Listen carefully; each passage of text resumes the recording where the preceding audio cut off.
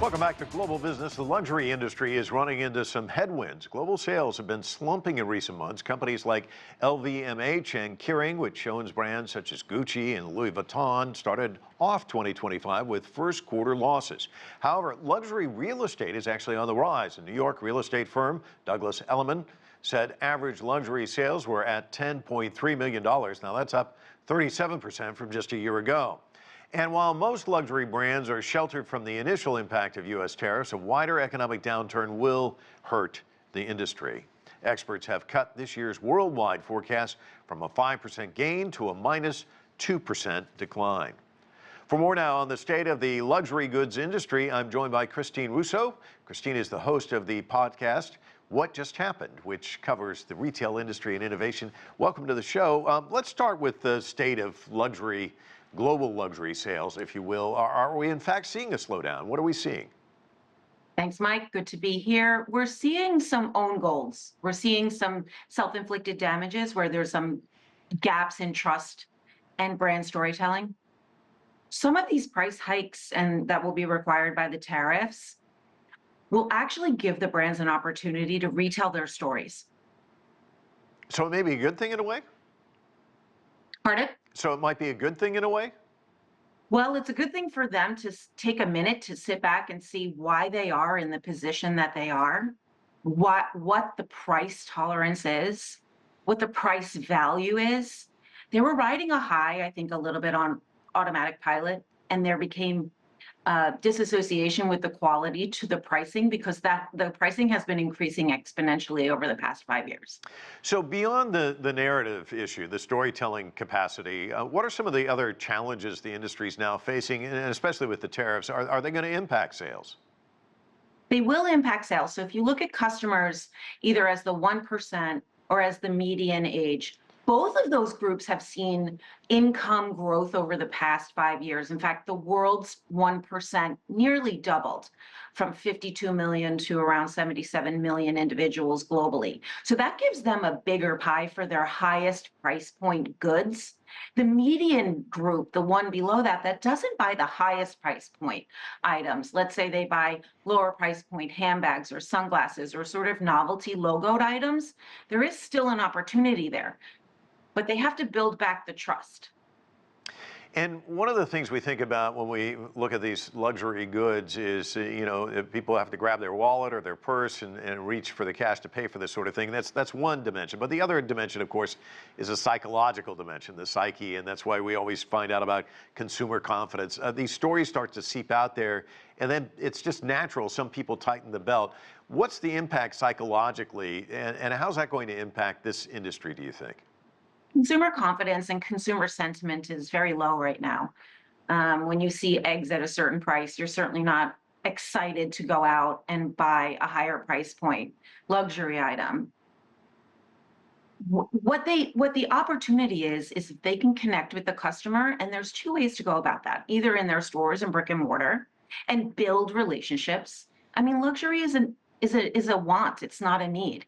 It's going to be relationship driven. And on the scale side, there's ways to do it using technology. But I guess some people would think, oh, well, they're high-end consumers. They're really kind of insulated from the tariffs. Is that kind of true? How do you see that? No, I think nobody likes to pay more. I mean, that's a bold statement and a broad statement, but no, everyone's aware of there's a general distaste to paying more. I mean, I think that's pretty safe to say. Some of the luxury watches have already announced that as of Friday, their prices will go up. Now, everything's on pause. So they're Swiss-based, they would have a 31% tariff. But if they go back to the across the board 10%, but they've announced 3%.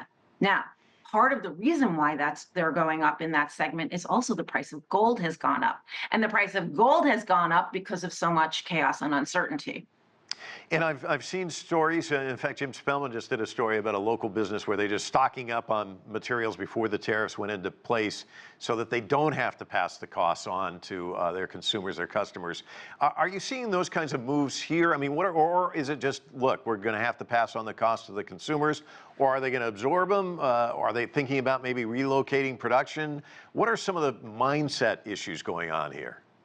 If we think back to coming out of the pandemic and the supply chain, this coiled spring going back out, a lot of businesses, particularly CPG, were talking about pricing power and how they are a brand that's in a position to pass all of the additional costs to the customer. And we're not there anymore. So it's an ecosystem. And all the way throughout the ecosystem, from the brand's margin to the consumer to the supply chain and manufacturers, will chip in for this in order to sustain the relationships. And how do they determine how much the customer is willing to pay? They need to be in touch with their customer. Are they frozen, though, in a sense that you can think of other industries perhaps pivoting, trying to find other markets and stuff, but with the price point at where it's at, is it difficult for them to pivot? For manufacturing or for Yeah, sales? sales. So all eyes are on China and India. They've had the most growth in the past 5 years due to their own development. However, here there's been a lot of home equity growth and stock growth. So there has been the wealth effect here as well until recently. So they have their eyes on their existing customers. I mean, 80% of your business is done by 20% of your customers. So they don't want to abandon existing customers. But yes, there's a global look to seek other regions. And Christine, you watch this market rather closely. What are some of the things you're going to be looking for? And also kind of walk us through, how quickly are we going to see changes, do you think? I think everyone's a little on pause. I actually think some people are thinking it'll go away entirely. And I also think that the whole stocking up, stores stocking up, if it's not data based, I find it to be irresponsible. So there's no way to know that if you stock up on things that the customer would want that.